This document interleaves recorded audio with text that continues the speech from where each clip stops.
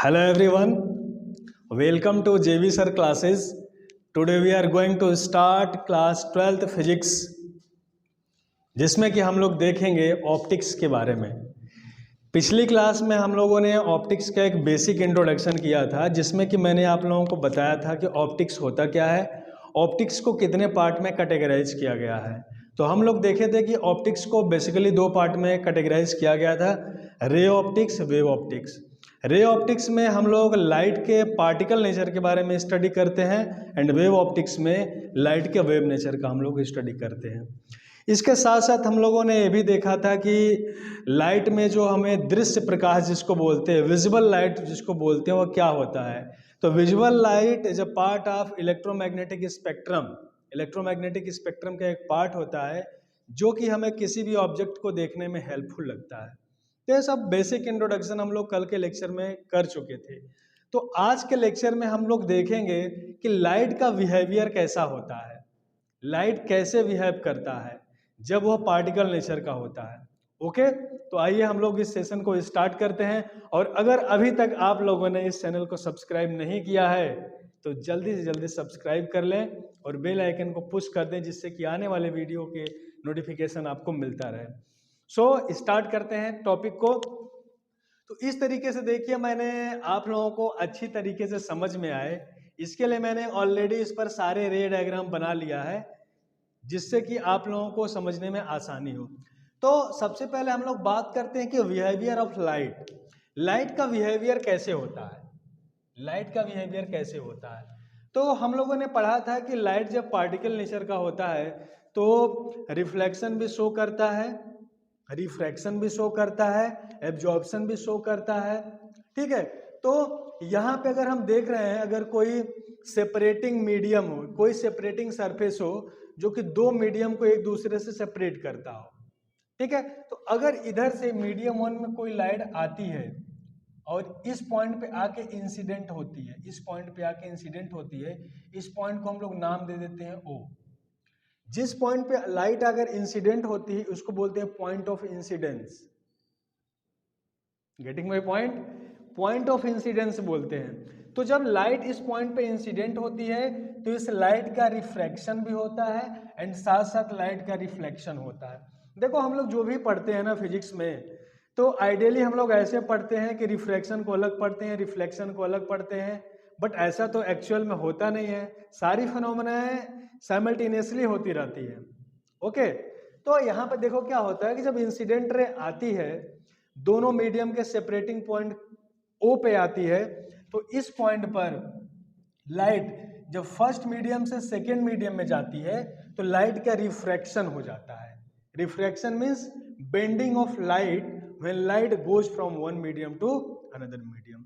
Okay, तो कुछ light का रिफ्रैक्शन हो जाता है और कुछ लाइट का क्या हो जाता है, रिफ्लेक्शन हो जाता है। कुछ लाइट का रिफ्लेक्शन हो जाता है।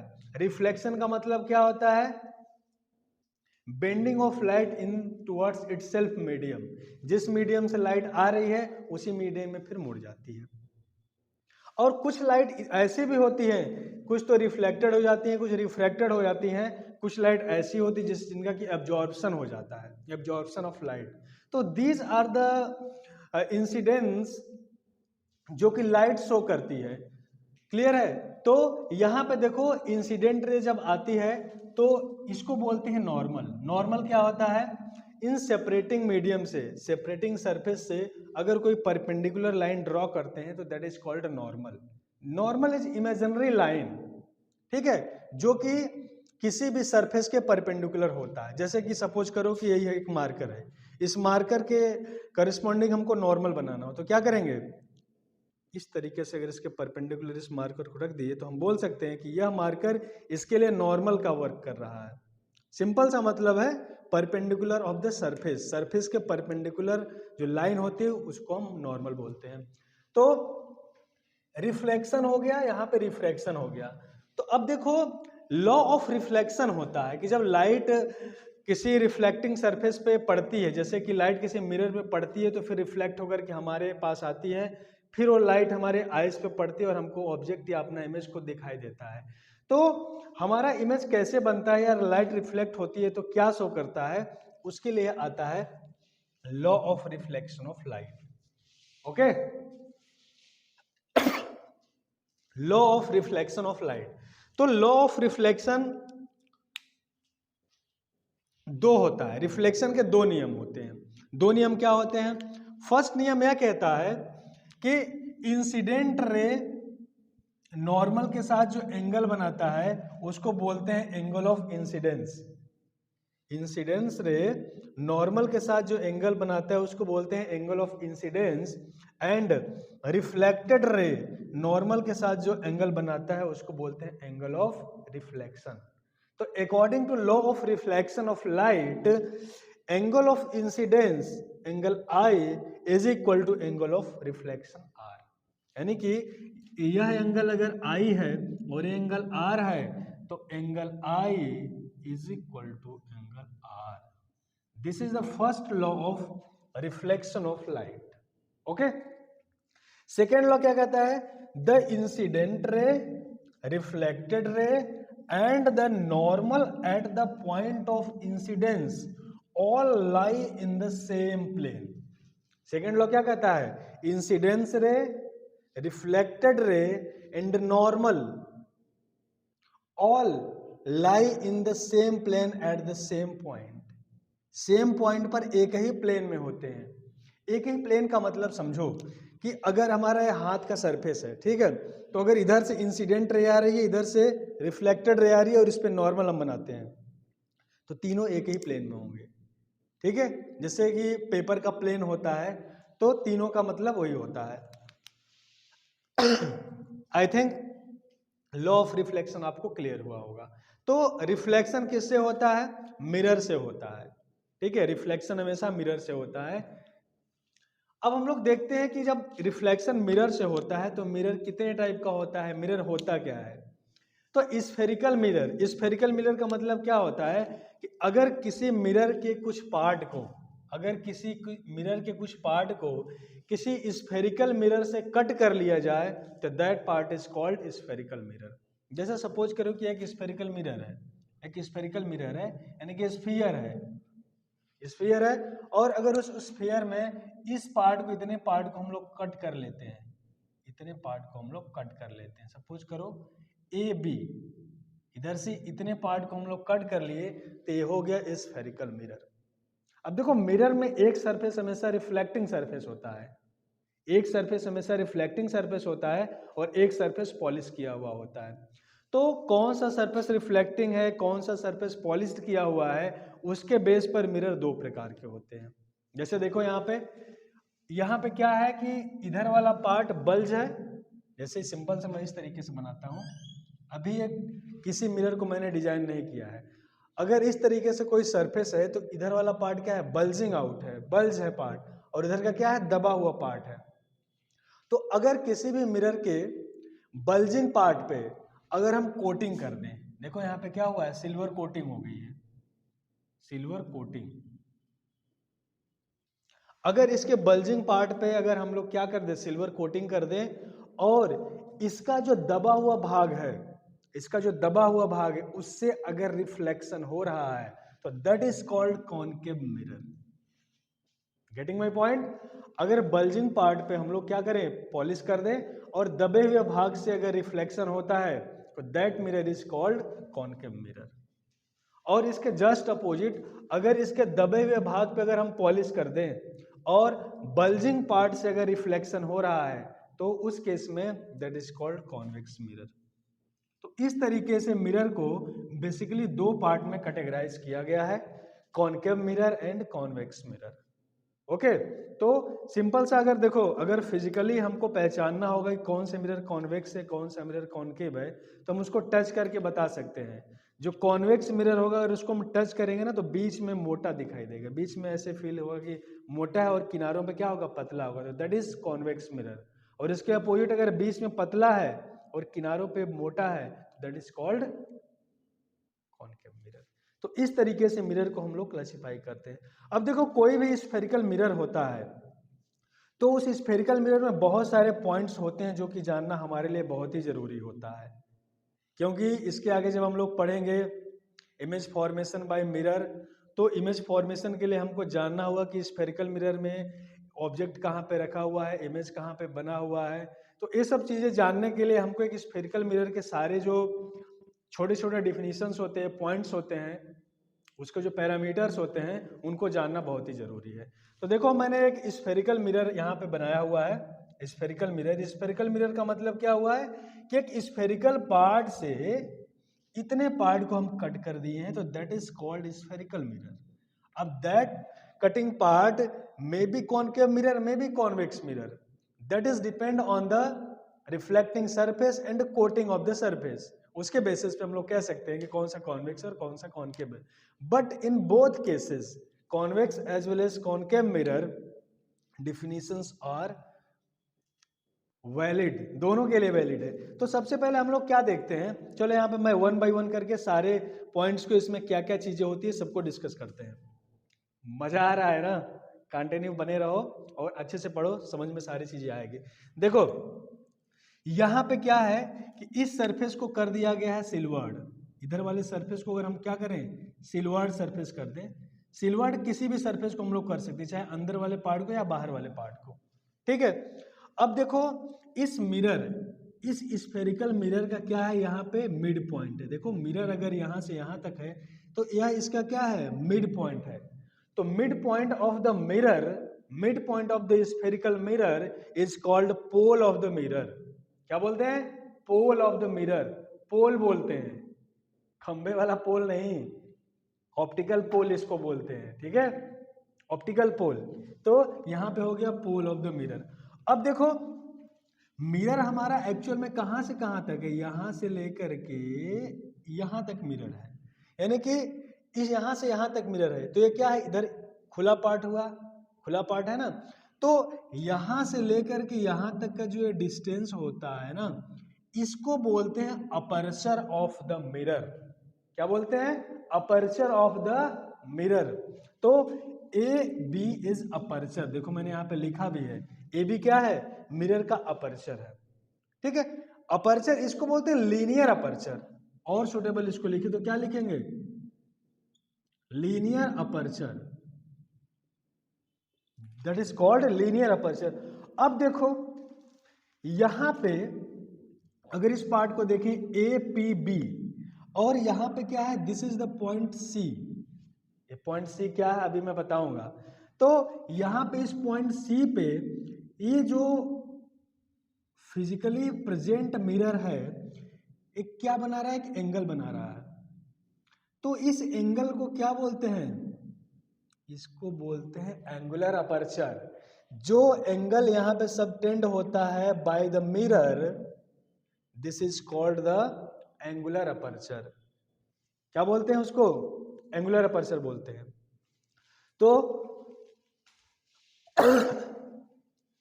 This is angular aperture, okay. अब देखो इस स्फेरिकल मिरर का जो सेंटर पॉइंट होता है, इस स्फेरिकल मिरर का जो सेंटर पॉइंट होता है, इसको बोलते हैं centre of curvature. Centre of curvature, जैसे हम लोग सर्किल में पढ़ते हैं ना, सर्किल का एक सेंटर पार्ट होता है, तो उसी तरीके से इस कर्व पार्ट का एक सेंटर होगा, क्योंकि यह कर्व पार्ट किसी स्फेरिकल पार्ट का भाग है। तो इस कर्व पार्ट जो कि किसी स्फेरिकल पार्ट का भाग है, उसके सेंटर को हम लोग बोलते हैं सेंटर ऑफ कर्वेचर। सारी चीजों को क्लियरली समझो, अगर यहां पे सारी चीजें क्लियर हो गई तो आगे बहुत ही सिंपली सारी चीजें समझ में आएंगी। तो this point C is called centre of curvature. अच्छा जी, अब देखो इसके आगे क्या होता है। अब देखो सर्किल से रिलेट करके चलो सारी चीजें, यहां पे this is the point C and this is the, इसको क्या बोलते हैं, दिस इज द, इस पॉइंट को अगर हम ले लें यहां पे, तो यहां से लेकर के यहां तक, यहां से लेकर के यहां तक के डिस्टेंस को क्या बोलते हैं हम लोग, रेडियस ऑफ कर्वेचर। जैसे रेडियस ऑफ सर्किल होता है उसी तरीके से, because this is the part of a spherical mirror, this is called radius of curvature. तो यहां से लेकर के यहां तक का डिस्टेंस क्या हो गया, रेडियस ऑफ कर्वेचर। चाहे इस डिस्टेंस को ले लो, चाहे इस डिस्टेंस को ले लो, चाहे इस डिस्टेंस को ले लो, all distance is equal in circle, circle की तरह ही है। तो इसको बोलते हैं रेडियस ऑफ कर्वेचर। चलो अब देखो principal axis, very very important point in this topic. Principal axis क्या होता है? पोल और centre of curvature, this is the centre of curvature. Pole और सेंटर ऑफ कर्वेचर से होकर के जाने वाली लाइन को बोलते हैं principal axis. Getting my point? Yes sir no? सुनो, फिर से सुनो। स्फेरिकल मिरर के पोल और सेंटर ऑफ कर्वेचर से होकर के जाने वाले एक्सिस को क्या बोलते हैं? Principal axis. Axis passing through the pole of the mirror and centre of curvature is called principal axis. तो हम लोगों ने इसमें सारे डिफिनीशंस को देख लिया कि पोल क्या होता है, सेंटर ऑफ कर्वेचर क्या होता है, लीनियर अपर्चर क्या होता है, एंगुलर अपर्चर क्या होता है, ठीक है, रेडियस ऑफ कर्वेचर क्या होता है, and this is the focus point. This is the focus point. Focus point क्या होता है? पोल और सेंटर ऑफ कर्वेचर के मिड पॉइंट को हम लोग बोलते हैं फोकस पॉइंट। क्या बोलते हैं? Focus point. तो इस तरीके से हम लोग सारे पॉइंट्स को डिस्कस कर लिए हैं। फिर भी अगर कोई डाउट होगा तो कमेंट सेक्शन में आप जरूर बताइएगा। अब देखो प्रिंसिपल फोकस की हम लोग बात करते हैं। यहां पे फोकस है, principal focus, very very important point, इसको समझना बहुत ही जरूरी है। प्रिंसिपल फोकस क्या होता है? देखो हम लोगों ने अभी पढ़ा है कि जो मिरर होता है, दो तरीके का मिरर होता है। कितने टाइप का मिरर होता है? दो तरीके का मिरर होता है। एक होता है कॉन्वेक्स मिरर, एक होता है कॉनकेव मिरर। एक होता है कौन सा? कॉनकेव मिरर, एक होता है कॉन्वेक्स मिरर। तो यहां पे देखो क्या है, यहां पे कॉनकेव और कॉन्वेक्स मिरर मैंने बनाया हुआ है। तो प्रिंसिपल फोकस क्या होता है कि इन the case of concave mirror and in the case of convex mirror, concave mirror के केस में क्या होता है कि यदि कोई लाइट रेज प्रिंसिपल एक्सिस के पैरेलल होकर जाती हैं, अगर बहुत सारी लाइट रेज प्रिंसिपल एक्सिस के पैरेलल जाती हैं, तो आफ्टर रिफ्लेक्शन जिस पॉइंट से होकर के जाती हैं एक्चुअल में इन the case of concave mirror, okay, concave mirror में प्रिंसिपल एक्सिस के पैरेलल जाने वाली लाइट रेज एक्चुअल में जिस पॉइंट पे मिलती हैं, और in the case of convex mirror after actual reflection of light rays meet virtually at the point F and this point is called the principal focus। फिर से सुन लो, कॉनकेव मिरर के case में लाइट रेज अगर principal axis के parallel जा रही हैं तो रिफ्लेक्शन के बाद जिस पॉइंट से होकर जाती हैं उसको बोलते हैं प्रिंसिपल फोकस। या कॉन्वेक्स मिरर के केस में लाइट रेज जहां से जाती हुई फील होती, जहां से जाती हुई लगती हैं, उसको बोलते हैं हम लोग प्रिंसिपल फोकस। तो कॉनकेव मिरर के केस में क्या होता है? रियल फोकस होता है, क्योंकि यहाँ पे लाइट रेज एक्चुअल में मिलती हैं, यहाँ पे लाइट रेज एक्चुअल में मिलती हैं। और कॉन्वेक्स मिरर के केस में वर्चुअल फोकस होता है, क्योंकि यहाँ पे लाइट वर्चुअली मिलती है। ठीक है, तो आई थिंक सारे पॉइंट्स आप लोगों को क्लियर हुए होंगे। तो ये भी अभी बेसिक इंट्रोडक्शन ही है। इसके बाद हम लोग इमेज फॉर्मेशन बनाना सीखेंगे, उसके बाद मिरर से इमेज कैसे बनेगा, मिरर फॉर्मूला क्या होगा, वो सब देखेंगे आगे हम लोग। तो उन सबको जानने के लिए एक छोटी सी पॉइंट हमको और जानना बहुत जरूरी है, जो कि कार्टेशियन साइन कन्वेंशन है। कि साइन कन्वेंशन हम क्या लेते हैं कि ऑब्जेक्ट कहाँ पे रखा हुआ तो इमेज कैसा बनेगा, रियल बनेगा या वर्चुअल बनेगा, है तो डिपेंड करेगा ऑब्जेक्ट और मिरर के टाइप पे। बट डिस्टेंस को हम कब पॉजिटिव लेंगे कब निगेटिव लेंगे, इसको समझते हैं। तो देखो अगर यहाँ पे हमारा मिरर है, this is the mirror and this is the direction of incident light, this is the direction of incident light. तो सिंपल सा कोऑर्डिनेट ज्योमेट्री का रूल लगाओ कि जो भी डिस्टेंस को हम लोग कंसीडर करेंगे, जो भी डिस्टेंस को हम लोग कंसीडर करेंगे, इस पोल से कंसीडर करेंगे, इस पोल से कंसीडर करेंगे। तो यहां पे अगर इस पोल से लाइट रेज हमेशा, देखो एक चीज और जान लो कि लाइट के चैप्टर में, रे ऑप्टिक्स में जब तक हम लोग पढ़ेंगे, एक कन्वेंशन हमेशा मान के चलना है कि लाइट रेज हमेशा लेफ्ट से आएगी। ओके, लाइट रेज हमेशा लेफ्ट से ही आएगी। तो अगर इंसिडेंट रे इस लेफ्ट से आ रही है and this is the pole, this is the pole of the mirror, तो पोल के अगर हम राइट में जाते हैं तो इधर का डिस्टेंस क्या होगा, पॉजिटिव होगा। अगर हम इधर आते हैं तो क्या होगा, नेगेटिव होगा। एंड अगर हम principal axis, this is the principal axis, object अगर प्रिंसिपल एक्सिस के ऊपर रखा हुआ है तो उस केस में क्या होगा, पॉजिटिव डिस्टेंस लेंगे, पॉजिटिव हाइट लेंगे। और यदि ऑब्जेक्ट प्रिंसिपल एक्सिस के डाउनवर्ड डायरेक्शन में है तो उस कंडीशन में हम लोग नेगेटिव डिस्टेंस लेंगे। चाहे ऑब्जेक्ट हो ऊपर या नीचे या इमेज बना हो ऊपर या नीचे, दोनों केस में ये नियम वैलिड होंगे। तो इस तरीके से हम लोग साइन कन्वेंशन को लेते हैं। तो अगर इतनी सारी बेसिक चीजें आप लोगों को क्लियर हो जाए तो आगे आने वाले लेक्चर्स में आप लोग बहुत ही इजीली, बहुत ही आसानी से सारी चीजों को वन बाय वन करके समझ सकते हैं। ओके, आई होप क्लास आप लोगों को पसंद आई होगी, समझ में आया होगा। फिर भी अगर कोई डाउट हो तो कमेंट सेक्शन में कमेंट करके जरूर बताइएगा। Okay, thank you.